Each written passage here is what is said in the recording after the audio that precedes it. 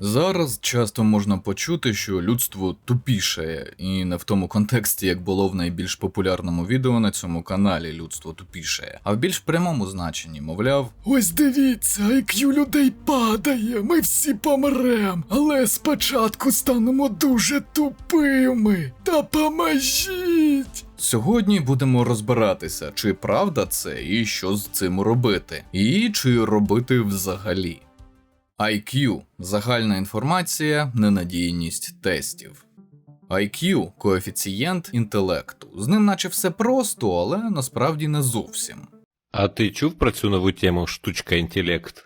Фактично, це просто кількісна оцінка рівня інтелекту. Всі хороші тести IQ стандартизовані, тобто їхні результати і самі питання затверджені після перевірки великою кількістю людей різного віку. Але ж що саме вимірюють ці тести? Бо інтелект дуже об'ємне поняття, чи не так? Вони визначають здатність людини знаходити розв'язання різних задач і розуміти різні поняття, встановлювати зв'язки між об'єктами, здатність до запам'ятовування і міркування як такого. IQ-тести вимірюють різні типи мислення людини: логіко-математичне, вербальне, просторове. Але, безумовно, є й погані тести IQ. Насправді, якщо IQ нормальний, то його точне значення зазвичай хвилює людей чисто тому, що це цікаво. Але справжня цінність цього показника в тому, що він допомагає якраз визначити тих, хто перебуває поза межами умовної норми. Взагалі, сама історія появи тестів, що оцінюють інтелект, доволі двоїста. Історично такі дослідження були пов'язані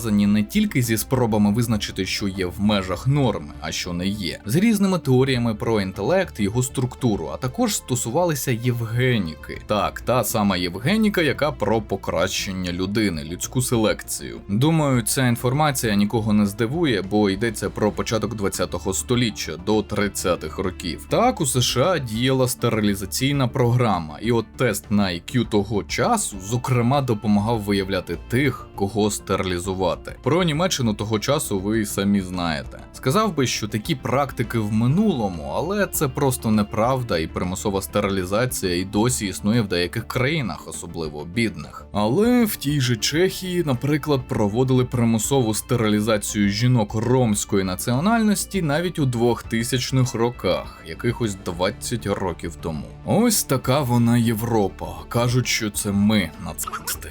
У наш час порушення інтелектуального розвитку діагностують, коли тести вказують на IQ менше 70 балів. Коли IQ вище 130 балів, говорять про обдарованість людини. І хоча крива розподілу результатів IQ-тестів виглядає приблизно ось так, крайні прояви, як і дуже низький інтелект, так і дуже високий, більш характерні для чоловічої статі. Водночас результати жіночої статі частіше знаходяться у центральній частині кривої. Однак показники вербального мислення, тобто мислення, що оперує поняттями, закріпленими в словах, у жінок вищі, а чоловіки краще розв'язують задачі на просторове мислення. Проте, якщо брати саме середньостатистичні показники IQ двох людей різної статі, відмінності будуть дуже незначними, якщо взагалі будуть. Взагалі, ця тема також доволі проблематична, оскільки у різних дослідженнях часто використовують різні тести, різні підходи до вибірки тих, кого тестують. Тому іноді результати породжують гарячі дискусії. Тож з будь-якими висновками досліджень цієї теми можна сперечатись. Щодо того, що людство активно тупішає.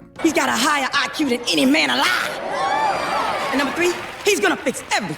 Існує такий собі ефект Флінна. Ефект полягає в тому, що протягом 20-го століття показники IQ стабільно покращувалися, десь на 2 одиниці кожного десятиріччя. Звичайно, тести проводили не у всіх країнах, так що це більше про США та Європу. Збільшення пов'язували з науково-технічним прогресом і покращенням рівня життя, але все змінилося. Тепер ця тенденція більше не актуальна. Тепер це наприкінці 20-го, початку 21-го століття. Так, сьогодні кажуть про те, що коефіцієнт інтелекту всіх людей стабільно падає. Але це не точно, бо так само говорять і про те, що ця тема недостатньо досліджена, бо перевіряють замало людей і використовують різні тести. Більшість дослідників, які вірять і вважають, що IQ дійсно падає, аналізуючи, чому все відбувається саме так, як воно відбувається, доходять висновку, що це пов'язано саме з факторами навколишнього середовища, притому на глобальному рівні. Кажуть, що це вплив зміненого підходу до навчання, технологій, технологій, медіа, харчування тощо. Однак є думка, і не безпідставна, що не все так просто, і самі тести IQ можуть бути вже неактуальними для сучасних поколінь. Так само і те, що багато тестів не демонструють так звану практичну сторону інтелекту, те, як ми можемо використовувати наш мозок у реальному житті. Це, до речі, дуже поширена критика тестів IQ як таких, бо, на жаль, люди ще не створили тест, яким можна було б виміряти не просто здібності людини, а цілісну картину інтелекту. З сучасними тестами ми не можемо поміряти творчість, визначити, як досвід впливає на прийняття рішень, як людина використовує свої навички. Принаймні поки що. Людина надто складна система. Тому поки ми вимірюємо, і на це багато хто вказує, просто окремі здібності, які необхідні для успіху в академічній сфері, навчанні, розвитку в науці. Здатність навчатися. Що теж дуже непогано, але точно не охоплює всі аспекти того, що ми звикли називати інтелектом. Є й думка про те, що вимірювання IQ – це марна справа, і навіть насправді неможлива. Зважаючи на те, про що говоритиму далі, у цьому щось є. Частина дослідників вважає сучасні тести, скажімо так, не зовсім об'єктивними, не тільки через те, що ними важко оцінювати інтелект як цілісне явище. Є інші причини. Сьогодні прагнуть зробити тест IQ універсальним для всіх. І для цього підбирають максимально універсальні питання, щоб людина з будь-якої країни, з будь-яким соціальним статусом і бекграундом змогла його пройти. Така собі зрівнялівка. Але є проблема, навіть найбільш сучасні тести однаково не на 100% універсальні. І періодично з'являються різні статті про культурні і соціальні аспекти, які впливають на результати цих тестів. Незважаючи на всі спроби зробити тести однаковими для всіх, і досі є дискусія щодо їхньої упередженості, про те, що вони більше адаптовані для англомовних людей середнього класу, і не можуть правильно відобразити ні IQ тих, у кого немає такого доступу до навчання через бідність, і навіть тих, у кого більше можливостей для того ж навчання. Так само правда і те, що результати тестів на IQ більше відносні. По-перше, вони визначаються відносно показників інших людей. По-друге, сам показник неточний і перебуває в межах похибки, яка може бути різною від 3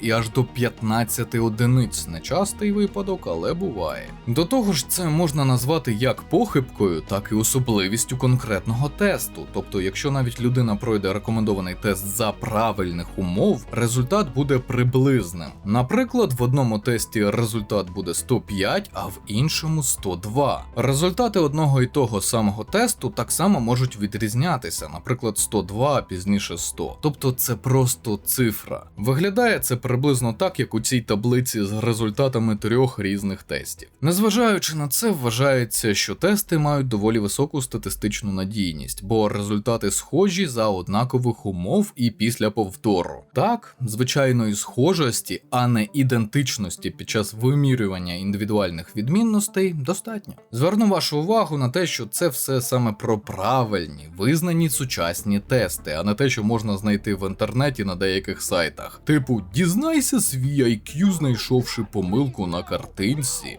Показники таких тестів взагалі не будуть точними. Так само на сайтах є й типу авторські тести IQ, коли питання із декількох офіційних тестів змішали в купу або застарілі вже неактуальні тести. На індивідуальні результати будь-якого тесту IQ можуть впливати чинники, які насправді аж ніяк не пов'язані з нашим інтелектом, такі як час, коли ми проходимо тести, емоційний стан, рівень тривожності, те, наскільки людина вмотивована проходити тест. Наприклад, малим дітям може бути складно пояснити, навіщо їм взагалі потрібно проходити якісь завдання. Їм буде нудно, нецікаво, і це може прямо вплинути на результат. Чи людина, наприклад, може бути просто не зацікавлена в проходженні тестів, тоді її інтелектуальні можливості можуть включитися не наповну, так би мовити. Так, звичайно, ці чинники не обов'язково матимуть критичний вплив, але результат може відрізнятися, що вкупі з іншими особливостями тестів на IQ вже робить точне визначення цього коефіцієнта складним завданням. Навіть більше. Рівень ерудиції безпосередньо не впливає на інтелект. Тобто, наприклад, є дві людини. Одна знає багато різних фактів із різних галузей, а інша ні. Але при тому IQ в них однаковий. А тепер питання, хто з цих двох людей розумніше? Want to hear the most annoying sound in the world? Ось такі штуки ще більше ускладнюють, навіть унеможливлюють розуміння цього поняття. Так само IQ змінюється і протягом життя людини. Пік розумових здібностей – це 26-27 років. Потім відбувається їхнє поступове зниження. Цікаво ще те, що високі результати, тобто від 130 балів, і низькі результати тестів визначаються гірше, ніж ті, що між ними. Маю на увазі, що ці результати ще більш приблизні. Якщо говорити про те, що впливає на формування інтелекту, зокрема дитячого, це харчування, доступність освіти, генетичний фактор. Так, спадковість впливає за різними даними на від 20 до 60% інтелекту. Інше – це навколишнє середовище, умови розвитку дитини, як пренатального, так і постнатального. Наприклад, контакти зі свинцем у дитинстві можуть знизити IQ аж на 7 одиниць, так само як і йододефіцит. Для дитячого розвитку надзвичайно важливими є перші 5 років життя, коли мозок росте найбільш активно. І це не тільки про запобігання фізичним травмам чи органічним ураженням центральної нервової системи. Це і про необхідність відсутності стресу в малої дитини через постійний недогляд або ранні психологічні травми. Бо це так само впливає на формування мозку в цей період, що є критичним. Що таке інтелект?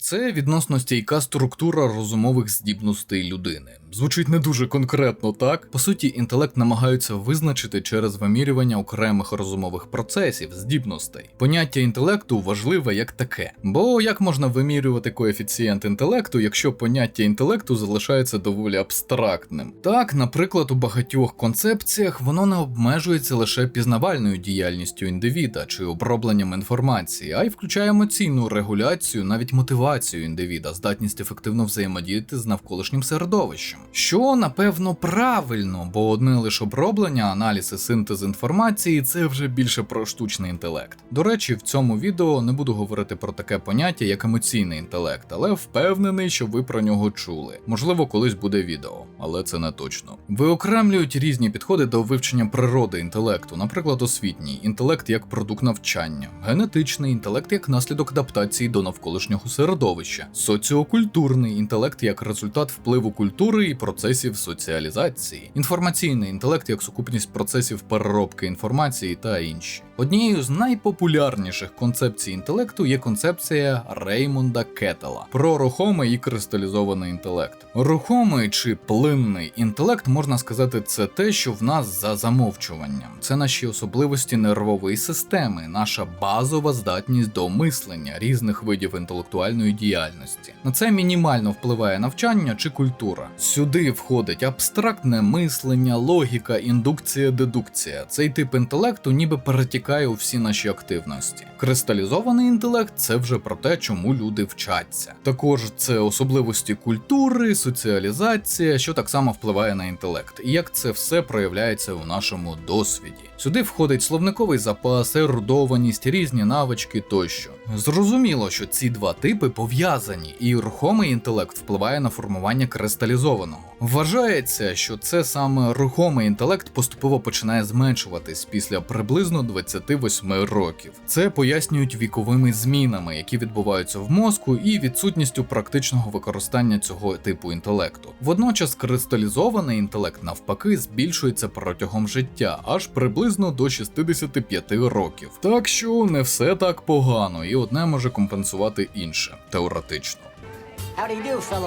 Інша популярна, але псевдонаукова теорія – це теорія множинного інтелекту. Згідно з нею, інтелектуальні здібності людини можуть мати низьку кореляцію. Наприклад, людина з високим вербальним інтелектом може мати низькі показники у всіх інших типах інтелекту. Автор теорії Говард Гарднер виокремив аж 8 типів, які позначають різні форми інтелекту: лінгвістичний, музичний, візуально-просторовий, натуралістичний, логіко-математичний, кінестатичний, тобто тілесний, міжособистісний, розуміння соціуму, внутрішньоособистісний, розуміння себе. Також ще кажуть про існування екзистенційного інтелекту. Нібіру прости.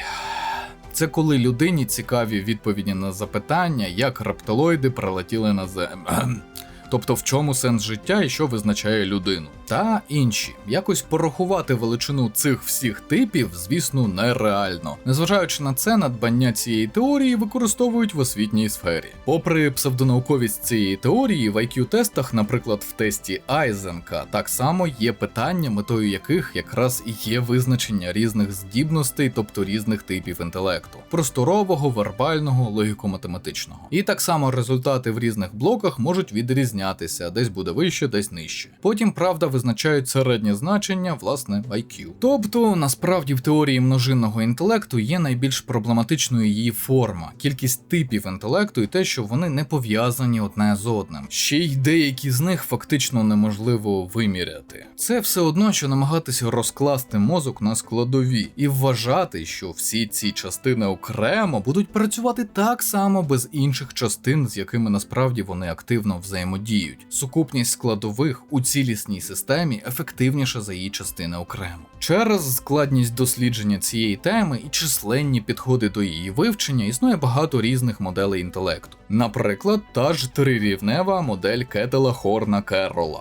Є 3 рівні. Найвищий рівень, тобто третій, це те, що називають фактором загального інтелекту. Йдеться про загальні здібності людини. Другий шар – це більш конкретні локальні здібності. Сюди увійшов той самий рухомий, кристалізований інтелект, загальна пам'ять, слухове, зорове сприйняття і моторика. І перший рівень – це ще більш конкретні здібності, найбільше пов'язані з практичною діяльністю. Візуальна пам'ять, індукція, дедукція, лінгвістичні здібності, здібності до вивчення іноземних мов, об'єм робочої пам'яті, асоціативна пам'ять, швидкість мислення та інше. Незважаючи на те, що вона постійно змінюється, доповнюється, кажуть, що це найбільш повна модель інтелекту, але і з цим, звичайно, не всі згодні. І так часто нові теорії створюють на основі старих, чи як їхнє продовження. До речі, згадав про фактор загального інтелекту. Це ще один дуже важливий конструкт. Хоча і суперечливий, як і майже все в цій темі. Саме його і визначають тести IQ. Це буквально змінна, що позначає кореляцію між виконанням завдань різних типів, що перевіряють різні здібності людини. Наприклад, високі результати в декількох аспектах корелюються з такими ж високими результатами в інших. І навпаки, якщо людина в лапках провалює тести один за одним, то й інші результати будуть схожі. Поки що немає якоїсь одної основної теорії, яка пояснює таке складне явище, як людський інтелект. Така от дивна штука. Інтелект є, а пояснити його не можуть. Тому про вимірювання прямо всього інтелекту людини нам говорити рано. Але сьогодні сходяться на тому, що інтелектуальні здібності – це не тільки про те, що можна точно і легко поміряти одним тестом. Середній IQ українців. Вплив IQ на життя. Нещодавно бачив результати дослідження IQ в різних країнах, і там наші показники були такі, що час сісти і співати сумних пісень. Але подумав, що це можна зробити у будь-який час, а зараз краще розібратися в тому, що взагалі відбувається. Чому ми майже перші з кінця? Ми в цьому дослідженні аж на 78-му місці, що якби не дуже гарний результат. Перше, що здалося мені дійсно дивним, це те, як цей тест взагалі проводили, як вони дізналися середній IQ всього населення Ірану, опитавши менше 4000 осіб. І як він опинився на 4-му місці? В Ірані є дуже специфічні заборони, які стосуються зокрема і навчання жінок. От, наприклад, перша леді Ірану взагалі назвала навчання і роботу формою насильства над жінками. Is my mother. She oldest woman in the whole of Cusek. She is a 43. Ще там забороняли певні предмети для вивчення, щоб підняти народжуваність, звісно, але це таке. Я подивився на те, скільки людей було опитано в різних країнах, і нічого несподіваного не побачив. У всіх країнах різна кількість тих, хто нібито пройшов тест. Показник України майже 87 тисяч учасників, Албанії 577 осіб. Того ж Ірану, уже казав, менше 4 тисяч, Росії 20 тисяч. Як з такою різницею в кількості учасників можна щось там середньо оцінювати, Нібіру його зна. Але все подають як дуже об'єктивний рейтинг із гучним заголовком. Ця статистика сформована з результатів тестування на платформі International IQ Test. Потім також були повідомлення про те, що росіяни, хто б сумнівався, чи ті, хто їх любить, провалювали ці тести під нашим прапором. Ще є тест, наприклад, ось на цьому сайті. Тут ми трохи вище, але результат той самий. Однак інші країни мають інші результати. Дивно, чому так? Magic.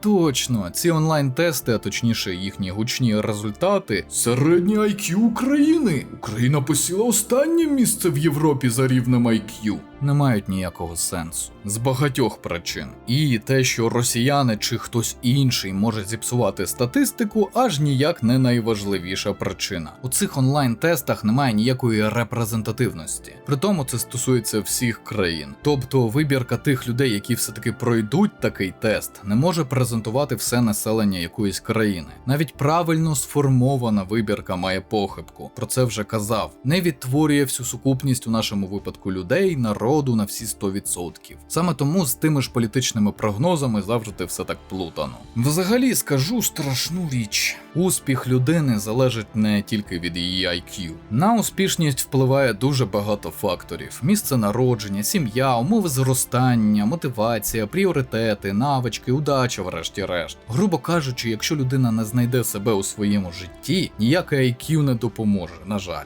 І так, високий інтелект не гарантує, що людина стане мільйонером, наприклад. Збільшує шанси, але не гарантує. Є дослідження про те, що високий коефіцієнт інтелекту пов'язаний із кращими досягненнями у навчанні, що, думаю, так всім завжди було більш-менш зрозуміло. Тобто, буквально високі результати тестів на IQ показують, зокрема, здатність людини гарно розв'язувати тести. Це, звісно, жарт, але давайте чесно, ми всі знаємо, що більшість людей можна, так би мовити, натренувати, проходити тестові завдання. Щоб показник ставав кращим. Як мінімум, знання структури тесту, типів завдань може полегшити його проходження. Це одна з причин того, що існують всілякі курси підготовки до різних екзаменів, тестів тощо. Якщо ж говорити саме про практичне застосування тестів в IQ, це не тільки діагностика можливих розладів. Для повноцінного діагностування якихось одних таких тестів, до речі, може бути недостатньо. Тести IQ або щось на них схоже можуть також проводити під час вступу дитини до школи, навіть дитсадка. За кордоном в деяких країнах такі тести необхідні для вступу в певні вищі навчальні заклади. Взагалі, наш світ сьогодні не спонукає людей бути розумними, це не дуже модно. Натомість, більш популярна тенденція – це націленість саме на успіх. Взагалі бажано, щоб він ще й легким був. Коли не потрібно вчитися, пахати на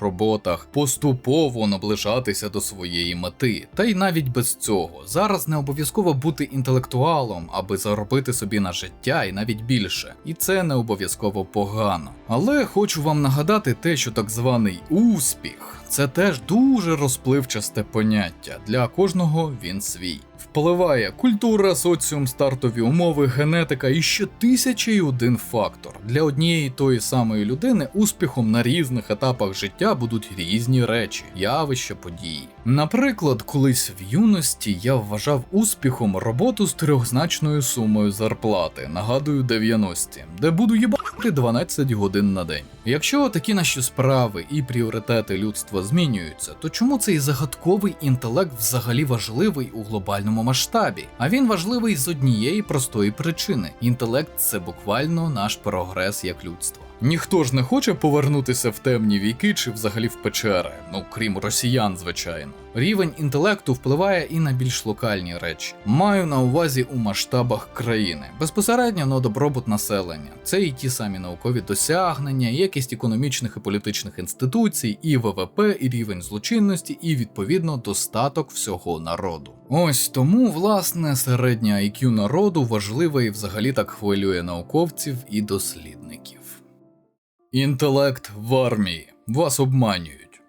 А тепер трохи про армію. Якщо ви служили контракт, срочку чи навіть мобілізацію, але конкретно ця категорія рідше, до 22-го року ви проходили різні тести. Здебільшого їх проводили або зами командира по МПЗ, або офіцери-психологи. Чи хтось, хто виконував їхні обов'язки. Часто такі тести називали не просто психологічними тестами, а якраз тестами на IQ. І можу запевнити вас, як один із тих, хто їх проводив. Це був обман.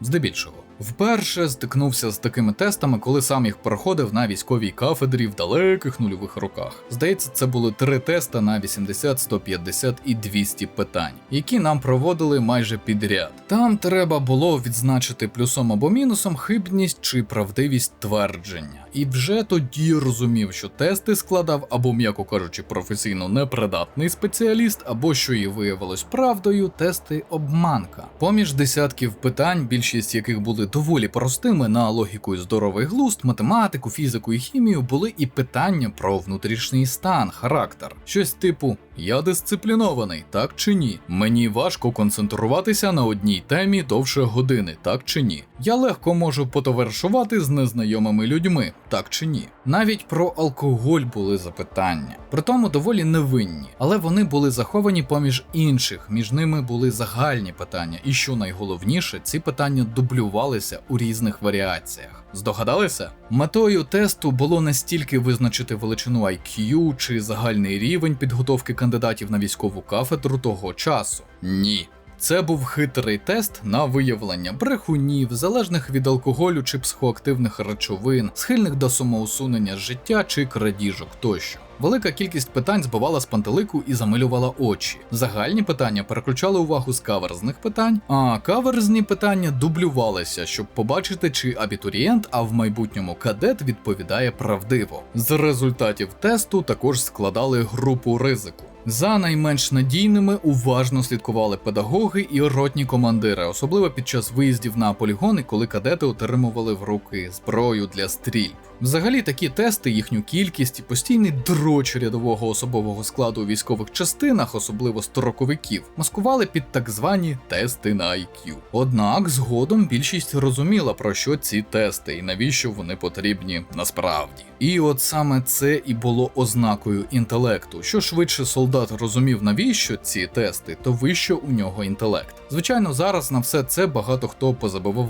болт, та й тести стали іншими. Є стандартизовані опитувальники для тої ж групи ризику, або на виявлення ненадійних військовослужбовців. Мобілізація 22-го року дуже багато змінила в підходах до визначення інтелектуальних здібностей особового складу та для їх подальшої експлуатації. Таким як я легше, бо ми вже стикалися з ситуаціями, коли мобілізованих буквально абсолютна більшість у підрозділі, а не контрактників. А от дуже молодим випускникам військових вищих навчальних закладів або дуже старим офіцерам важкувато. Вирощені в системі логіки і військового інтелекту, тобто дуже специфічній, консервативній замкнутій системі, вони важко сприймають цивільні підходи. Тому деякі з них, так ви вгадали, досі дрочать солдатів і сержантів по старій схемі так званих тестів на IQ, яка була не актуальна, на мою думку, ще задовго до початку війни в 2014 році.